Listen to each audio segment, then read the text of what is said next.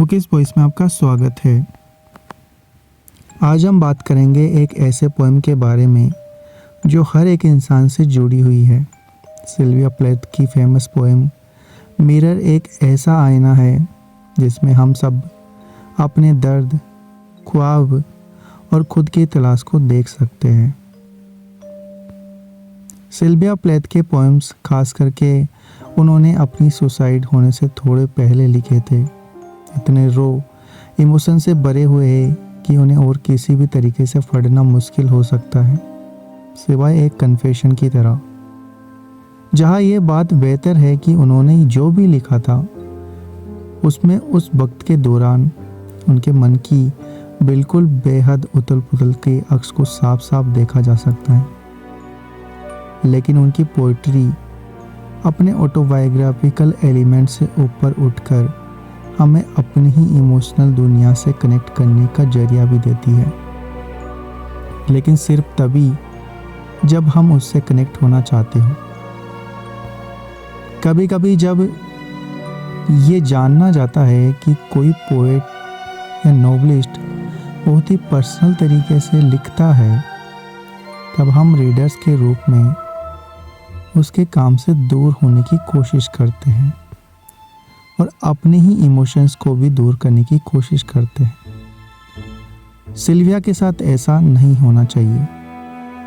उनकी poem mirror, जो कि द वाटर का हिस्सा है, जो 1971 में पब्लिश हुआ था, ये सच में उस डर और बिल्कुल गिन के अक्स है जो उन्होंने बुढ़े होने के ख्याल के बारे में महसूस किया था। What horrifies me most is the idea of being useless, well educated, brilliantly promising, and fading out into an indifferent middle age. ये भी बताना चाहता है कि एक ऐसे वक्त में औरत होना का क्या मतलब था, जब जेंडर रोल्स की डेफिनेशन बहुत तेजी से बदल रही थी। लेकिन ये एक ऐसी पोएम है जिसका मतलब हर किसी से बात करता है, छोटे हो या बड़े, मर्द हो या औरत। आखिर कौन होगा जो आईना देखने में अपना वक्त नहीं बिताता। I am silver and exact. I have no preconception.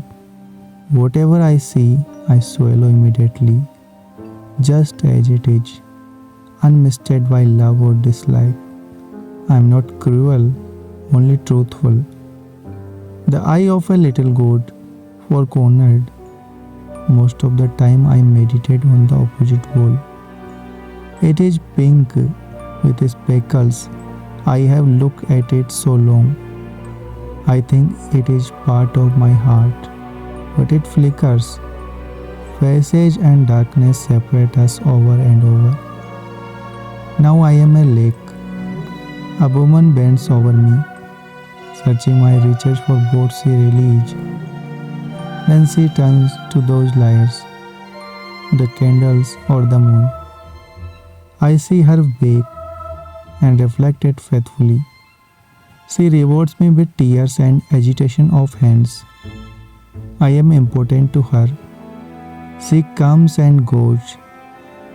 Each morning it is her face that replaces the darkness. In me, she has drawn a young girl, and in me, an old woman rises toward her day after day like a terrible fish.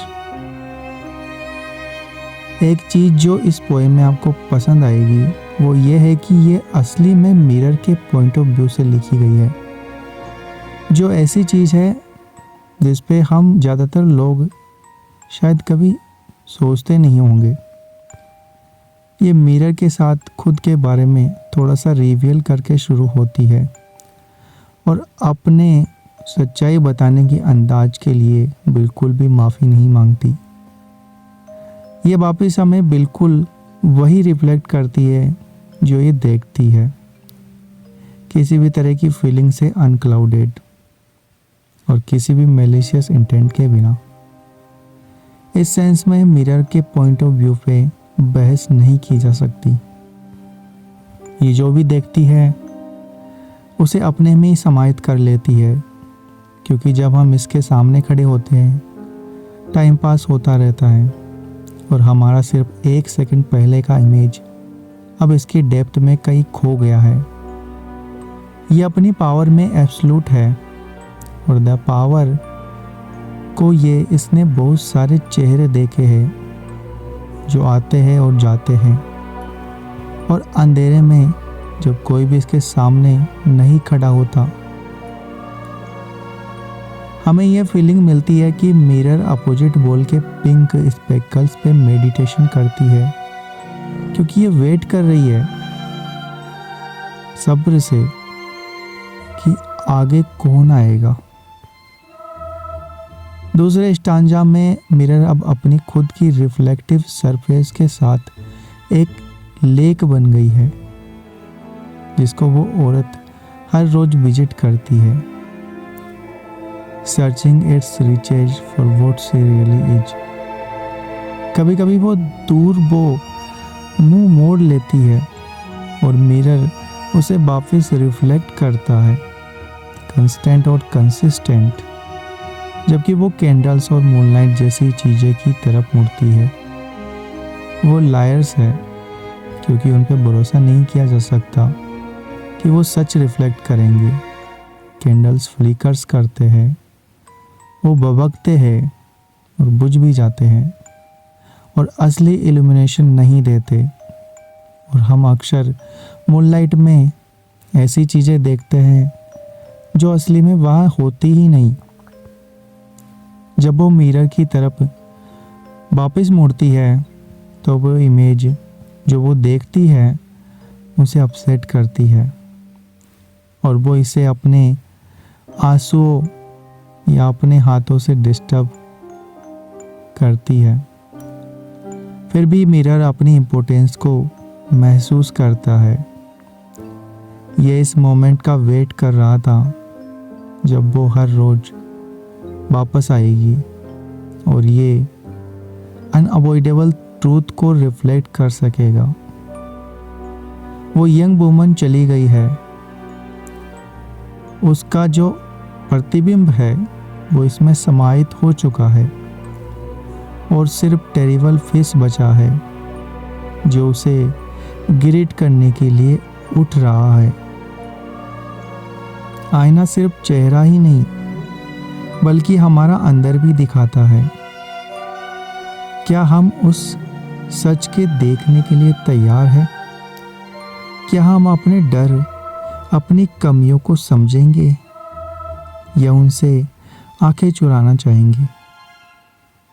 Sylvia प्लेथ के poem हमें ये सोचने पे मजबूर करती है कि हम खुद से कितना दूर हो चुके हैं और क्या हम वापस अपने असली रूप को पा सकेंगे।